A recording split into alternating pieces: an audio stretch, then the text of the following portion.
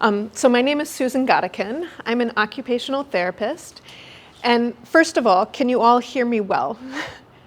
If at ever you can't hear me well, you can just raise your hand and I'll start speaking louder. I can project my voice a lot, so I can accommodate. So I'm an occupational therapist, and I have a practice of my own in Amherst, Massachusetts. And today I'm going to be talking about how to maintain your eye health as you age, and also how to adapt to vision changes. So just a little bit about my background. I have a Master's of Science in Occupational Therapy from Washington University School of Medicine in St. Louis. And I've worked for 10 years primarily with people with neurological conditions, so conditions like stroke, multiple sclerosis, Parkinson's disease, brain injuries, concussions, and as well, low vision. And I've worked both in Madison, Wisconsin, and also at Mass General. We moved to Boston several years ago. I worked at Mass General, both clinically and in stroke research, before moving out to Western Mass. So a lot of people don't know what occupational therapy is. I think people have a clear understanding of what physical therapy is, because many people go to physical therapy when they have orthopedic injuries. But occupational therapy, what our role really is, especially in neurological conditions and low vision, is both a combination of rehabilitation, so that means improving someone's abilities, right? So if after a stroke you have hemiparesis or weakness on one side, we'll really work on improving someone's strength and motion in the arm and the hand. And as well, we work on improving people's cognitive abilities after stroke. With vision, it's a little bit different, and I'll talk about it in a minute.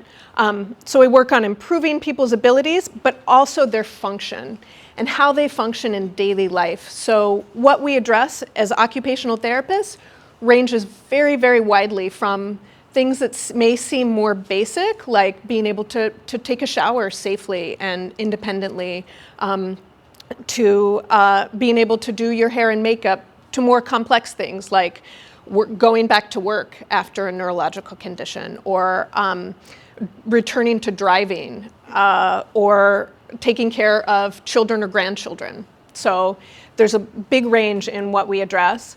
Our role in low vision includes educating people about their condition, training people in the use of adaptive equipment, which we'll talk about what that is. But there's a lot of various equipment, from low tech to high tech, for people with low vision. And we, in OT, do a lot of testing and trials during therapy to determine what suits someone the best, and then train them how to use it so people feel confident in using it. We also address environmental and activity modifications. So environmental modifications might be something like lighting, right? If you have a significant visual condition, lighting can make a big difference, but there's a lot of variabilities with lighting, and we'll touch on that a little later. And activity modification can mean something like driving recommendations, right? So someone may be safe to continue driving, but maybe they need to change so that they're only driving in familiar areas at lower speeds, areas where there aren't a lot of pedestrians, things like that. So we may make those sorts of recommendations for people who need them. And also for low vision, we do part of this rehabilitation piece is we'll do motor training for people who have scotoma, or what you can commonly think of as blind spots. If they haven't already, we will help them to recognize where they can sort of skew their focus to see around that blind spot. And we'll train people so that they know where that is for activities that are valuable for them, and train them so that it becomes easier to do and they can do it precisely and quickly. Because one thing that's really important with vision is to be able to have things with precision and speed, because you need that speed and precision for your brain to process the information. that your eyes take in. So, and as we go along, one thing I didn't mention, as we go along, my presentation will touch on some major areas of how to maintain eye health and also how to adapt to vision changes. It won't be exhaustive. There's a lot out there. So if you have questions about specific devices, if it's a short question, I may answer it as we are speaking during the presentation, and I'll also take questions at the end as well. But I'm not able to give, I'm not here as your clinician, so I can't give specific medical advice. So what is low vision? Low vision is different from just someone who needs eyeglasses or contacts, right? I need to have eyeglasses to see well, but I don't have low vision. Low vision is a permanent visual impairment that can't be corrected with glasses, contacts, or surgery. So it's a condition that can be caused by a disease like macular degeneration, glaucoma, or diabetic retinopathy, amongst others, that causes a permanent visual impairment that even with your best correction, you still have a significant visual impairment.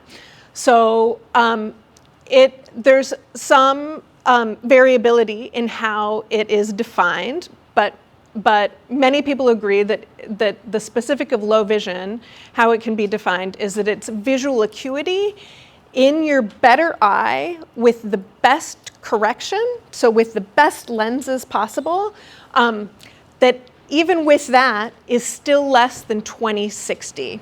So 20/60 is if you have 20/60 vision, you're able to see at 20 feet what people with good vision can see at 60 feet, okay?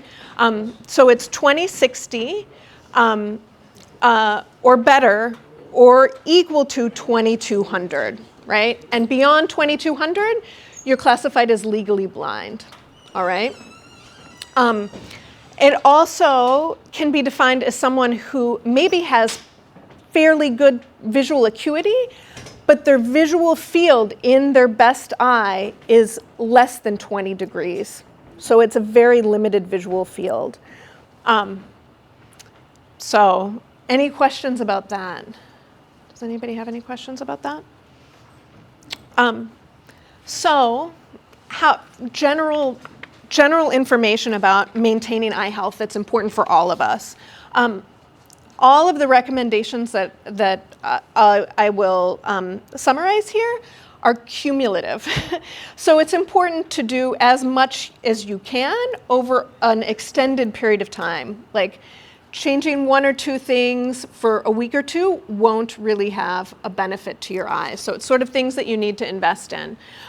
So your diet is extremely important. A healthy diet can reduce your risk of developing ocular diseases. And for people with age-related macular degeneration, a healthy diet and specific supplements that are called the AREDS supplements can slow the progression of the disease. So a healthy diet includes a diet rich in antioxidants. They defend your body against free radicals, which contribute to multiple ocular conditions. There's specific antioxidants are carotenoids, which are found in carrots and broccoli, cantaloupe, apricots, and peppers. Vitamins A, C, and E also have significant benefits to your eye health. They can protect against free radicals and lower your risk of developing cataracts. And omega-3 fatty acids can help reduce the growth of abnormal blood vessels in your eyes.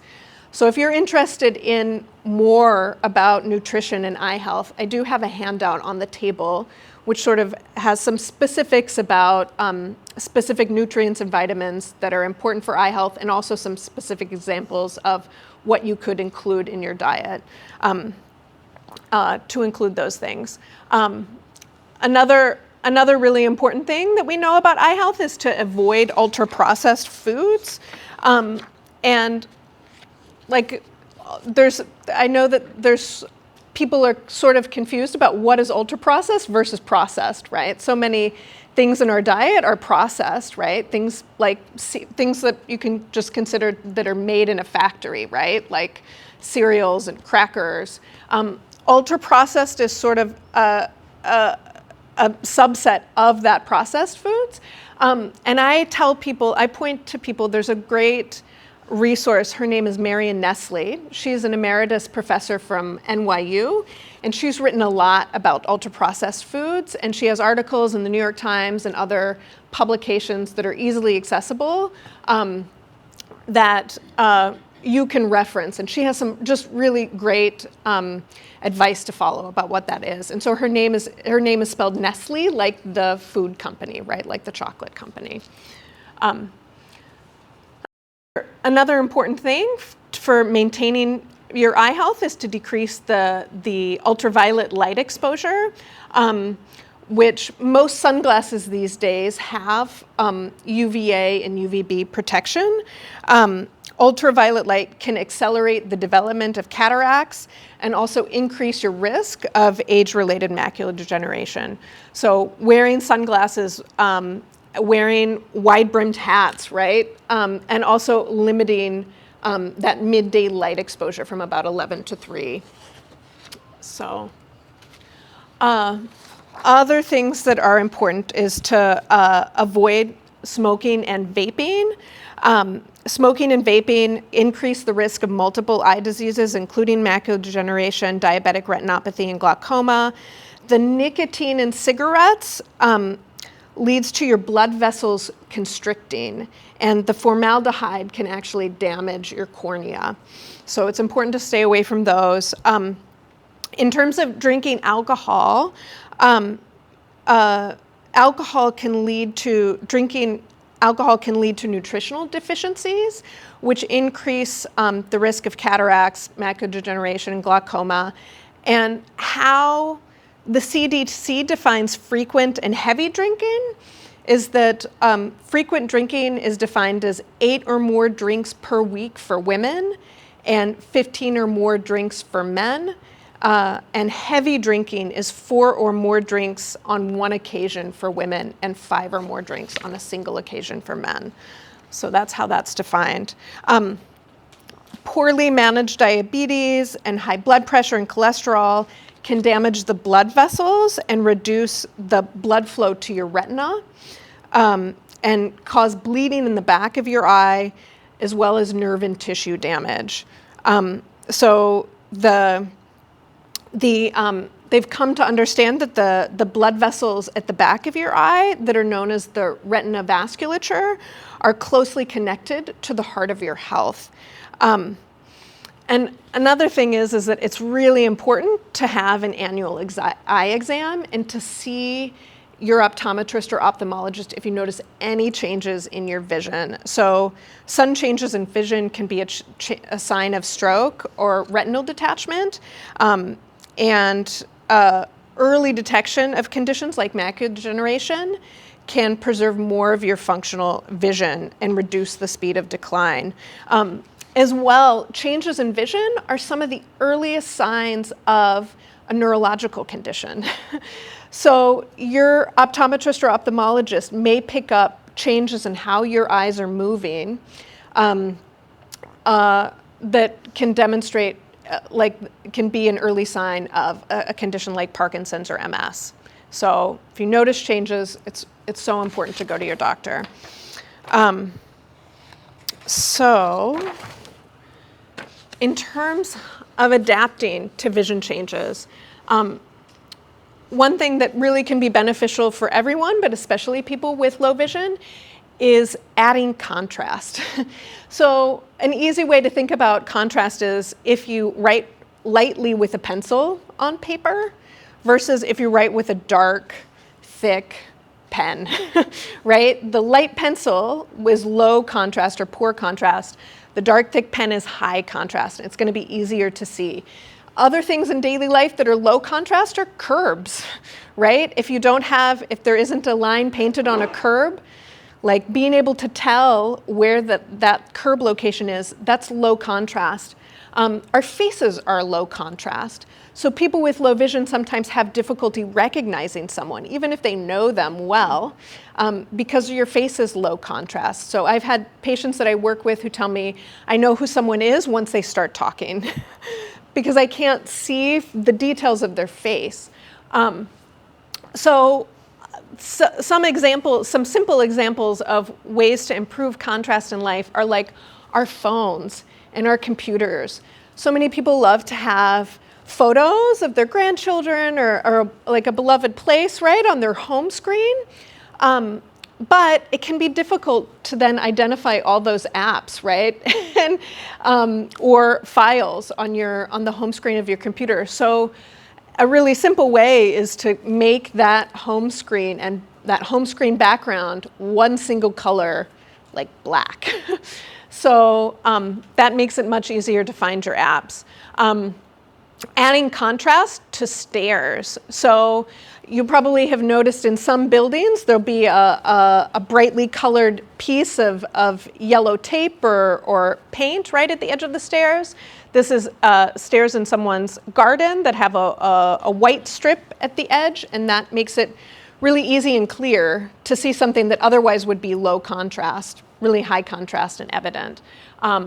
Another example is these stairs on the very right corner of the screen.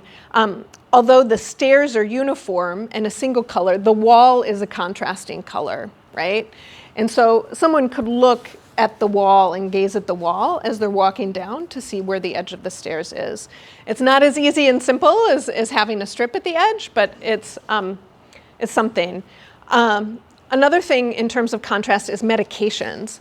So it can be difficult for anyone to find a medication when it's dropped on the floor, but if you have significant visual impairment, it becomes really difficult, and it can be dangerous if you have a child in the home or a pet that could take the medication. So having sorting medication on a tray with raised edges that's a single dark color or contrasting color to the pills is something that can be just very practical and easy. Contrast, having something, and I say like a single color because pattern, like a patterned tablecloth, right, because it's so variable, it can be difficult to identify things when things drop on it. So having something that's a single color, especially with an activity that is so important and critical, like sorting medication. Another example, for people, especially with low vision, they can have difficulty not just reading documents, but knowing where to sign because the line is so faint where they need to sign on. So they have signature guides, which are like just these little thin plastic pieces that you can put over a paper so that you can sign on the line. They also have they have check writing guides that are similar that you can place over a check so you can write correctly on the check, or an envelope writing guide as well. So all of those are examples of how to add contrast. Does anybody have questions about this? Or things that they've noticed? What? Not so much the contrast. I think these are fantastic examples. But my question is magnifying. Okay, that's what I'm most interested for reading. Yeah. Now, everything is so small, and if there's no contrast in what I'm reading, I need it magnified. Right. So I wondered if you had any suggestions for that. I do. We're gonna talk about magnifiers soon. Did you have any? I just wondered where the check liner and signature pad would be available. So you can buy them online. You can buy them easily. You can just look for writing guide or check writing guide online, and they'll come up as things, and they're really inexpensive. Another simple way to add, I have an example of an envelope writing guide here that people can take a look at. I also have examples of like thick lined paper and thick felt tip pens that if people want to try out, they can. Another example of contrast before we move on to the magnification is these are called bump dots. And they're little colored dots. Sometimes they're colored. You can get them in different colors. You can also get them translucent. And they can be different shapes, right? Some are rounded. You can get ones that are square and different textures. And for some people with low vision, they have difficulty being able to operate like their microwave, right? Because a lot of microwaves have very low contrast buttons and it's hard to see or they get worn off. So you can place on several buttons. You don't want to place stickers on all of them. But on the buttons that you use most, you place one of these bump dots so that you can clearly see it and feel it and touch it. I have other people that place it on their in their garage, on their garage door opener, or will place it on their stove and oven in very select locations. So these are simple and easy, and as well, you can get these online. So next, before we talk about magnification, we're going to talk about lighting. So lighting's really important when you have, especially for activities that require detailed work. So what I mean by detailed work is like reading, right? Sometimes in the kitchen, right? Like under countertops, things like that, or under cabinets. It's important to have good lighting so that you can see where you're cutting. But there's a lot of different qualities that are important to consider in lighting. So one is the brightness. More light can be good, but more light isn't always better. It can cause glare if you have too much lighting. It can also cause just eye discomfort. So in OT, we really explore what's the amount of lighting you need to be able to comfortably read for a longer duration, right? What I mean by glare is if anyone's ever read like out in the sun, and you can see how the letters sort of get shiny or maybe even a little red, right? They seem distorted. That can be really challenging. It can be really challenging to read in those conditions over time. So the amount of lighting is important. Also, the color of lighting is important. So I think everyone knows that, right, you have cool bulbs and you have warm lighting bulbs, right? But there's also now smart bulbs that have a full rainbow of colors and that can change. And they initially were very expensive, like $80 to $90 per bulb, but now they've come up with ones that are much more reasonable, like $15 to $20 per bulb. And again, for activities that require really fine detailed work, the color and the shade of lighting is really important. So some people prefer like a little more blue lighting, right? And some people prefer a little more orange lighting. And so that's something, and the single bulb can change, and you can change it through an app on your phone or your tablet. So even for me, sometimes when I wake up if I wake up in the middle of the night and I have difficulty getting back to sleep and I need to read, I'll have my smart bulb next to my bed programmed to be orange in the middle of the night. And so that if I wake up and I want to read, I'm not getting that bright blue white light that is telling my brain that it's daytime, right? So there's lots of different functions of those, but those smart bulbs are a great way to really tailor lighting so that it suits you the best. Another aspect about lighting that's important is placement. So you can see here, this is sort of a little poor contrast, but it's someone sitting at the edge of their bed and they have lighting underneath their bed. And like people have night lights, but sometimes if light really bothers you in the middle of the night when you're trying to sleep, you can get motion activated light strips, LED light strips, that you can place under your bed. And so when your feet swing over the edge, the underside of the bed lights up, and so that you can see the floor. Also, lighting underneath cabinets in kitchens are really important. Having nice, even, bright lights under cabinets is important. Lighting in closets. You can have lights that you turn on with a closet, but there's also lighting that as soon as you open the door, the light comes on in the closet. So all of those things are important and things that we explore in OT. Magnification. So there's a lot to say about magnification. I'm just going to give a really general, brief overview, and I can answer more specifics afterward.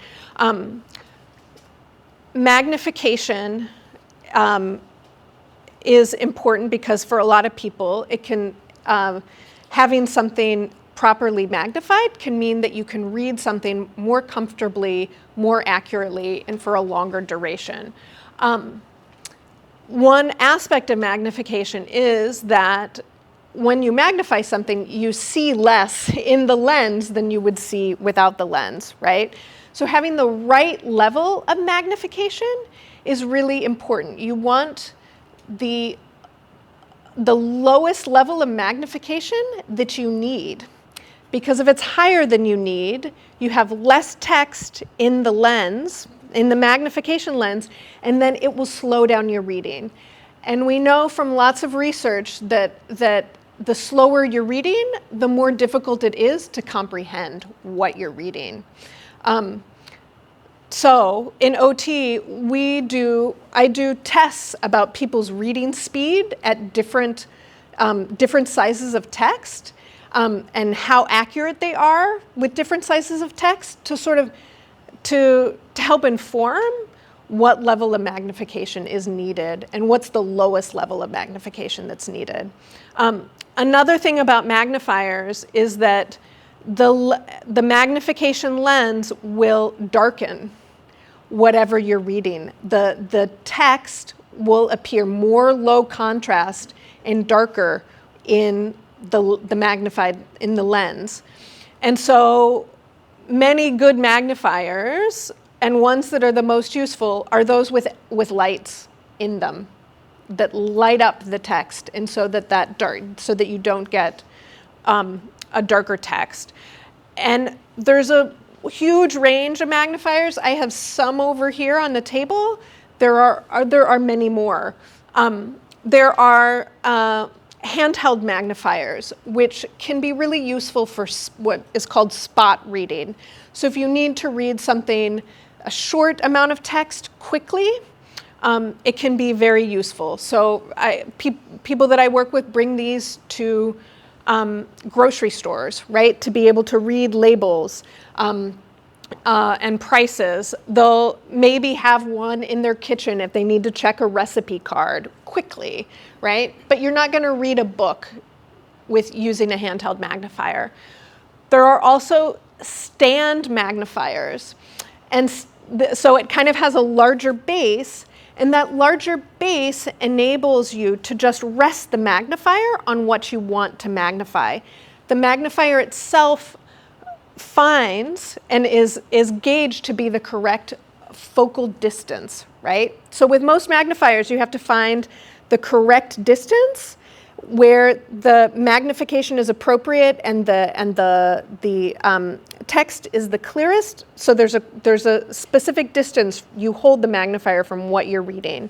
And with a stand magnifier, it's already set. So that can be easier for if you're reading for a longer period of time and you just want to set it down. There are also sorts of digital magnifiers, right? And there's two examples here. This is a CCTV, and this is a small handheld digital magnifier. And this magnifier is fantastic for reading longer texts, but it's also really large, right? It's a significant investment. You can find them used for a reduced price, but they can be upwards of several $1,000s. So for some people with significant vision loss, those are important, but for other people, they're just not really practical or needed. Whereas digital magnifiers, one of the benefits of digital magnifiers is that you can have multiple amounts of magnification, right? You can change it based on the text that you're reading. It also enables you to change the color and the contrast of the text. So if it's easier to read a black background with white text on top of it, the digital magnifier will do that.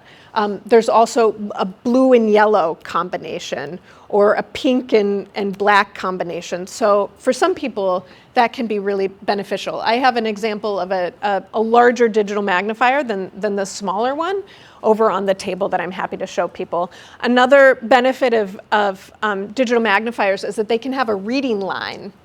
So you can get a line across the screen that's red that will underline the text that you're reading, and then it will go down to the next line. That's one aspect with magnifiers. Bringing them across a page, you can lose where you are, and it can be hard to find that next line. So digital magnifiers are good for that. There's also these very much smaller magnifiers, like the 10x Eschenbach. And those are great for, again, for spot reading. That's an example of a 10x magnifier. So you can see that the more magnification there is, the smaller the lens is going to be. So that's another reason why you want the lowest level of magnification that you need. So do you have any questions about magnification or lighting? And the cost on that last one you indicated? And this digital one? Yeah, just about. A roundabout? So I think this one is about $500 or $600. You can get them secondhand for much less, for like $100 to $200. So I think it's always, and you can get them in a good condition, secondhand too, because so I think it's beneficial to look around and see if you can find something secondhand. Any other questions about magnification? What's the size of a phone? It's bigger. But the screen is about the size of a smartphone screen. Yeah. And we'll talk about phones in a second because you can use your phone as a magnifier as well. So speaking of phones, so there's apps. There's many apps. This is just a small selection of. There's many apps that do a lot of things, and those enabled you to use a tablet, like I have over here, as a magnifier, or your telephone as a magnifier. And some of the apps are free. Some of them you have to purchase. So quick examples of magnification apps are, there's a Supervision Plus app, which is this one with the magnifier up top. That's a free app. And it's really good, and I can demonstrate its use, both this Supervision Plus and the Visor app, which is this other sort of icon that looks like an eye on the tablet over there. So they can turn on the light of your tablet or your telephone to be able to light up the text. They can magnify. They can, if you want to, if your text is bigger and you want sort of like if you were in a restaurant and you want to see the menu better, you can use the app to sort of freeze the text, and then you can zoom in to a portion of the text and see it larger. So that's a really great function. You can also use your phone's camera to magnify. That's another option. These magnification apps do have more functions than what your phone camera would have. They're able to invert the color of text, so you can have a black background with a white text, or you can do those sorts of different color combinations. So they have those functions as well. So they can do a little bit more than your phone camera, but yeah, for quick things, your phone camera might work and be good. There's also AI-powered apps, which these existed before the big AI boom, like 2 years ago when ChatGPT sort of blew up. And they have a lot of functions. So they with these, so this is Google Lookout, and this is, what is that? I'm forgetting the name of this one, but it can be on an Apple, and can be on Android. And what they can do is they can identify people. So if you sort of click on them, they'll tell you, this is a woman with shoulder-length brown hair that's wavy, that is around 56 years old, right? And it will sort of describe in general terms what someone looks like. It can tell you what is on a table. If you wanted to identify like what's in a room or what's on a table, it can describe what it is. It can, they can identify colors. So if you have difficulty with differentiating colors, they can identify colors. So they do a lot. And those I have on the tablet as well. There's also an app called Be My Eyes, which connects you to sighted volunteers on the other line who can, at the end of the line, who can help you do something. If you're like in your kitchen and you need to make a simple cornbread mix, but you can't find your cornbread mix in your cabinet, you can have them, you can tap into the app and they'll connect you to a sighted volunteer and they'll be able to direct you where it is in your cabinet. And people can do a lot of different things with them. I have clients who are reluctant to use them because they feel, like I might be taking someone's time in doing this, but these are volunteers. There's, I think, hundreds of thousands of volunteers all over the world that are volunteering with Be My Eyes. So it's out there and it can be used. There also are other high-tech devices that can be used. For probably 10 years or so, there have been companies making these small devices that can attach to the earpiece of your glasses that can do what the AI-powered apps do. So you can program these devices to identify your best friend Lori, right, or your cousin Dave. It takes a photo of them, it remembers who they are, and you can tap them and you can say, who's approaching me? And it will tell you, it's your best friend Lori, yeah? Or it can also, these smart glasses and attachments to glasses, like another function of the AI-powered apps, is that they can read. So you can press the icon and it will read the text that it sees on a page, okay? So 10, 15 years ago, there were these devices that you could clip onto your glasses. Now they have started to make smart glasses. So all of this is integrated actually into the frames of the glasses. You have your prescription inside of it, but the frames themselves have speakers and have cameras, and so you can be playing music, you could be listening to a podcast, it can help identify things in a room, you can be making, you can take photos, you can make telephone calls, all with your glasses. So how do you make the changes, the connection as to what you want? Now, say I want to read the text, and then suddenly I want to listen to music instead. there's specific instructions. But does it naturally change? How would you? You speak to it. You command it, just like you can command your mobile home, you can command your home device, right? If you have an Alexa, what time is it? Alexa, what's the weather, right? This is the same sort of thing. So you talk to it.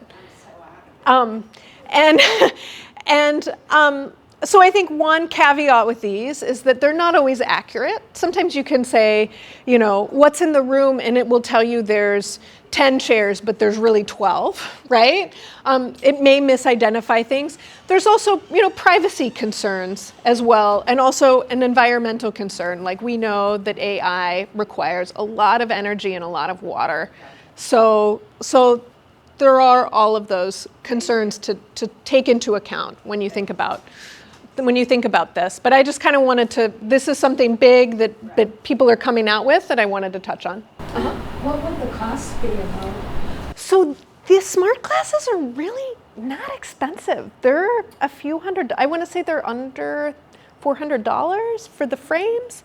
So they're not really expensive. The Orcams were this device that's older that you could connect to your glasses frames. Those would be like at least $1,000 and up. Okay, so more expensive. But for people with significant visual impairment, they're really important. They're very important.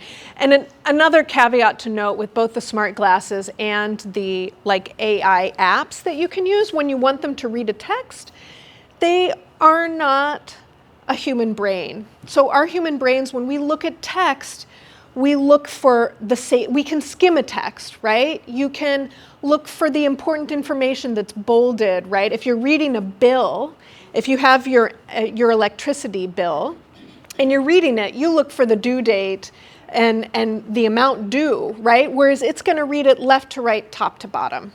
Okay? So it doesn't work like our human brain does. Another piece of technology that is on the market and has been on the market for a long time are what are called bioptics. So these are telescopes that are mounted onto the top of your glasses. And what these are great for is they're great for being able to see clearly in the distance. So, like, one example is if you're sitting at a cafe and you have difficulty identifying people from far away, you can dip your head, look into the bioptic, and you can identify who's there, who's coming toward you, right? So just like we look for our reading glasses when you have progressives or bifocals, you kind of look through the lower portion of your lens to read clearly. For these, you kind of tilt your head and look in the upper portion. Other people, you can get trained to use these for driving. So some people have difficulty identifying is there someone at the crosswalk or not? Is that thing on the side of the road sort of a small tree or a bush, or is it a dog that could potentially run into the road? So being able to identify what's going on around you, especially when driving, is really important. So not everybody needs or wants these things, but for some people with significant visual impairment, they're important.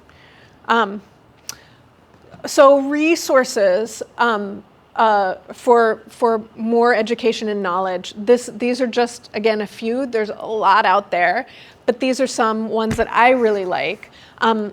Hadley. So this isn't our town here in Massachusetts, Hadley. It's an organization I believe they're located in New York. They have a website and they have such great resources online for just a variety of topics. And they have support groups and meetings via Zoom and that are great for training and education for what to do if you have vision loss. And it can be things like how to use, there's a technique called sighted guide, right? So if you have very low vision and you have difficulty seeing, how to walk with someone else through a room, through narrow doorways, through a crowded hall, being able to find your seat, right? There's all these different techniques. Hadley does a great job of putting information out there on their website and lots of resources. Another resource that I really like, there's a man who's had significant visual loss since I think his teens or early 20s. He has Stargardt's disease, and he has a YouTube channel called The Blind Life.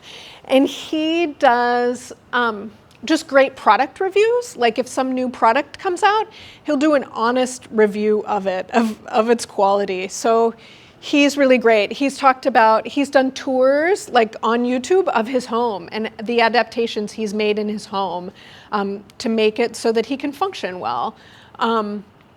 Other local resources are Rise Up Occupational Therapy, which is my practice. So I see people regularly with low vision conditions that get referrals from their optometrists and their ophthalmologists.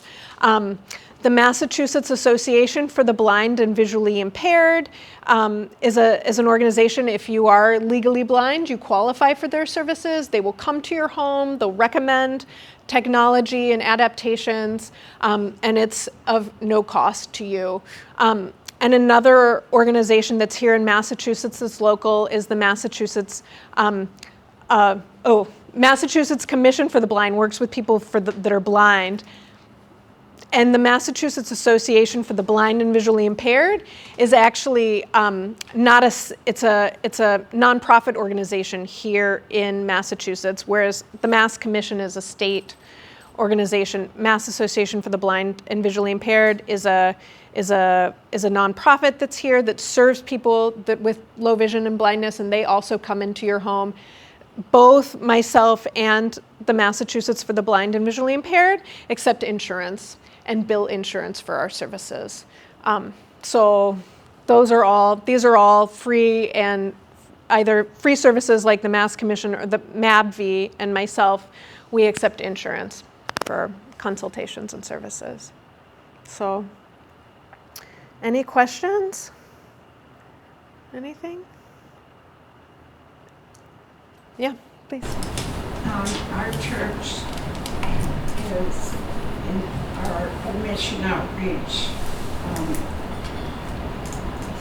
committee is in charge of donating funds to different projects, but it's nonprofit. So when you're now talking about that portion, what exactly would be a nonprofit there? Would be in terms of for resources for people with low vision or who are blind Or whatever. Yeah. So the Lions. How would I investigate something? How would you investigate that? So, do you mean Nonprofit. a non-pro? It's, in other words, there's funds. We've been donated a portion of money that are, say, to give back to communities, or Yes. give back to businesses that are not thriving. Yes. So that's all I'm asking. That's what you're wondering. I don't know if I can. I may need some time to think, and we That's can fine. clarify I don't wanna afterwards. take up other people's time. I know that a nonprofit nationally that does a lot for people with blind and low vision are the Lions Club. Like they have funds. I've had clients who would benefit from a tablet but are not Right. able to afford one. Exactly, and that's exactly What you were thinking. I've written and worked with my clients to write applications to the Lions Club so that they can provide funds or buy the devices that they need, that they can afford. So the Lions Club does that, and they're great, and there's likely others, but the Lions Club is the primary one that I'm aware of.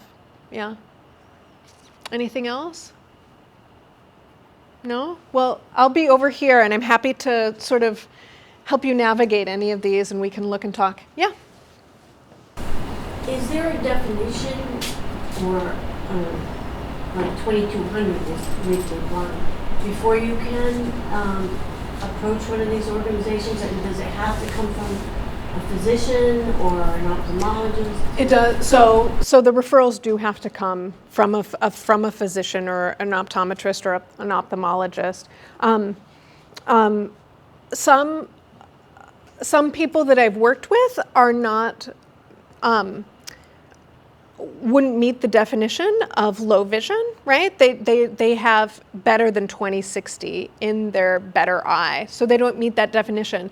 But I'll see people who maybe have been recently diagnosed with macular degeneration, are having some changes to their vision, and want to know what they can do in the future, right? So I will meet with people who don't meet the definition of low vision, right? And one thing is that these services are there throughout the course of someone's changes in their vision. These conditions are degenerative, and so your vision changes over time, so it's not like you just come to OT once and then you never have it again. Like, you come, you get what you need, right? Get the advice, get the equipment, and get the changes to your home environment at that time, and then as your vision changes over time, you can always come back and get another referral. But you do need a referral for from an optometrist or ophthalmologist. I do recommend that if you have some of these conditions run in people's families, like macular degeneration. So if you have a family history of macular degeneration, I think it can be important to talk to your doctor about what you can do specifically to reduce your risk. If you can take some of those more specific vitamin supplements earlier, those are called the AREDS vitamins, which people with macular degeneration are in my experience, always recommended to take. But I don't know if there's evidence that states that it can reduce onset, and reduce the progression if you take them earlier. But I think that's an important conversation to have with your physician. Anything else? Yeah. Question about sunglasses. Yes. I have a problem because when I put them on, if it's bright out, when I go through where it's shady and bright, you go in the shady part, I can't see. Yeah. So It becomes I hard. asked the eye optician, are there special glasses? He didn't give me any solution. And night glasses, night driving glasses. Yeah. So I think that there hasn't been, I know that there's glasses on the market for night driving. I haven't seen great evidence that those really work well. But in terms of the sunglasses, I hear you. I see that. They do have like those transition lenses, but they do take time to transition. My optician said those transitions don't work for driving because something in the windshield prevents them from working. So You can't use it for driving. Asked about that. Yeah. It's frustrating. Yeah. I was able to get through my optician, where I get my glasses. The kind of low glare, orange tinted glasses, they work great for driving. Because if I'm stuck in a place and all of a sudden I realize, it's getting dark so much faster than I thought. I can put those on. Yeah. I can see so much farther with those things on. Good. I just have the macular degeneration because of the retina. That's all the thing I have. So it's going to get worse slowly. Yeah. Hopefully. Yeah. soon. Yeah.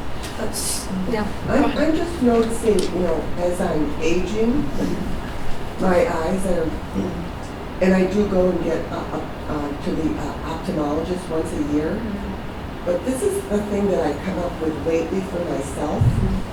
So if I want to go to the Majestic Theater in West Springfield, I either have to go on the highway or go through the city of Springfield.